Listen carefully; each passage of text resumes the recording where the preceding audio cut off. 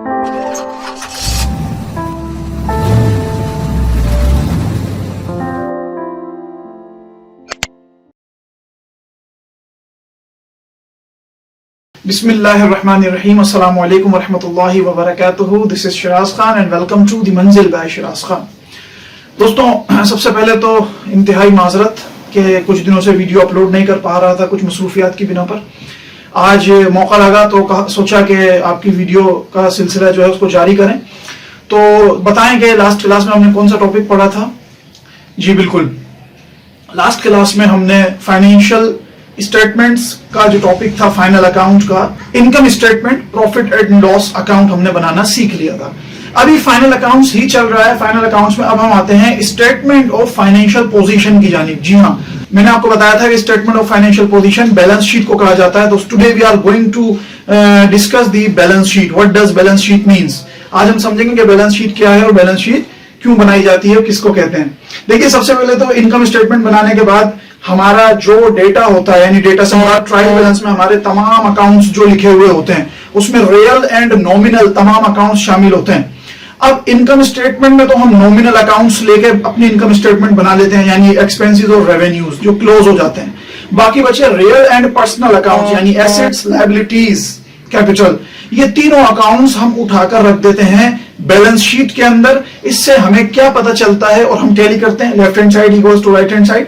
इससे हमें मालूम यह होता है कि how much where we have standing, हम कहां पर खड़े हुए हैं, हमारा बिजनेस जो है वो कहां स्टैंडिंग करता है, और हमने कितना कमाया, कितना गवाया, हमारे पास जो असासाजात थे क्या वो ज्यादा हो गए या वो कम हो गए, हमारा कैपिटल ड्राइंग्स इख्तियार कर गया या मजीद कैपिटल में इन्वेस्टमेंट हो गई। ये तमाम चीजें, यानी फाइनेंशियल पोजीशन एक तरीके से कह लीजिए, ये सब हमें कौन बताएगा? ये सब हमें बैलेंस शीट बताएगी। तो बैलेंस शीट के जरिए से हम ये पता करेंगे कि हम कहां खड़े हैं। तो देखिए, बैलेंस शीट को मजीद हम समझ लेते हैं। मैंने इसके बारे में आपको बता दिया। अच्छा, बैलेंस शीट के अंदर क्लोजिंग स्टॉक लिखा जाएगा। याद रखें, इनकम स्टेटमेंट के अंदर हम क्लोजिंग स्टॉक माइनस करते थे और ट्रायल बैलेंस के अंदर हम क्लोजिंग स्टॉक को नहीं लिखते थे। लेकिन बैलेंस शीट के अंदर, बैलेंस शीट एक ऐसी पोजीशन है जिसके अंदर हम करंट एसेट्स वाले कॉलम के अंदर क्लोजिंग स्टॉक को लिखेंगे। ये जो बैलेंस शीट आपकी होती है, ये किस उसूल को फॉलो करती है? ये टोटल अकाउंटिंग इक्वेशन के उसूल को फॉलो करती है। Assets is equals to equities, assets बराबर है लायबिलिटीज प्लस कैपिटल। तो ये बिल्कुल अकाउंटिंग इक्वेशन के तरीके से ही बनेगी। तरीके से मुराद लेफ्ट हैंड साइड एसेट्स का रख लें या लायबिलिटीज का रख लें, राइट हैंड साइड आप अपनी इक्विटीज का रख लें, क्लोजिंग जिसमें लायबिलिटीज और कैपिटल हमारा आ जाएगा। तो इस तरीके से हमारी बैलेंस शीट बनती है। बैलेंस शीट बनाने के भी दो फॉर्मेट्स हैं, हॉरिजॉन्टल और वर्टिकल। स्टेटमेंट फॉर्म और अकाउंट फॉर्म वो हम अगली वीडियो में बनाना बाकायदा सीखेंगे डेटा की मदद से। आज हम देखते हैं मजीद बैलेंस शीट के हवाले से। बैलेंस शीट बनाने का फायदा ये होता है कि बैलेंस शीट बनाने से हमें हमारी स्टैंडिंग्स पता चल जाएंगी कि हमारा बिजनेस जो है वो कहां खड़ा हुआ है, और एक सोफिस्टिकेटेड रियल अकाउंट का डेटा एक जगह पर कलेक्ट हो जाएगा, सारा पर्सनल एंड रियल अकाउंट। तो बैलेंस शीट के मजीद भी फायदे हैं। इसके बाद हम देखते हैं grouping and marshalling. What does grouping and marshalling means in balance sheet. Balance sheet के अंदर ग्रुपिंग और मार्शलिंग का क्या मतलब होता है? देखिए, ग्रुपिंग का तो मतलब यह हुआ कि हम तमाम एसेट्स को एक तरफ लिख लेंगे, एक ग्रुप बनाकर एक हेडिंग के अंदर लिख लेंगे।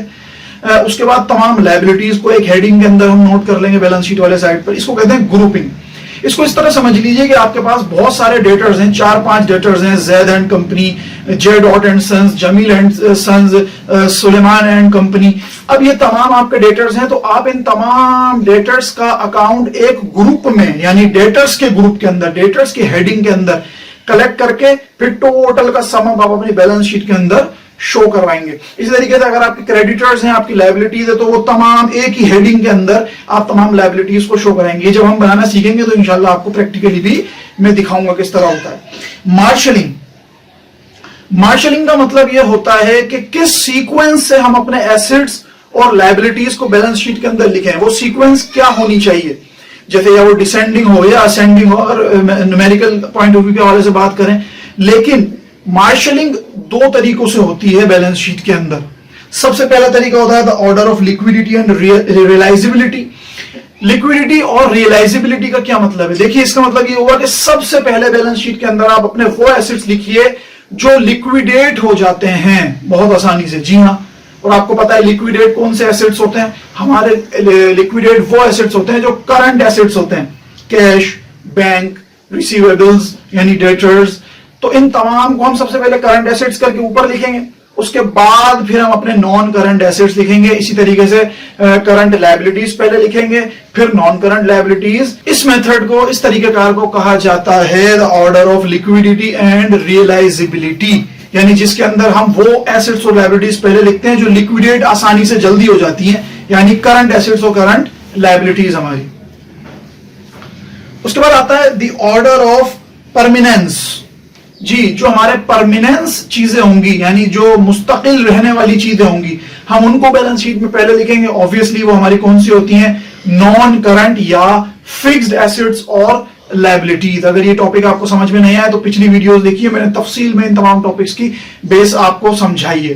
तो अब हम उन्हें अगर बैलेंस शीट के अंदर सीक्वेंस में पहले लिख देते हैं तो वो हमारा कहलाएगा क्या, परमिनेंसी के हिसाब से उसका ऑर्डर द ऑर्डर ऑफ परमिनेंस कहलाएगा वो।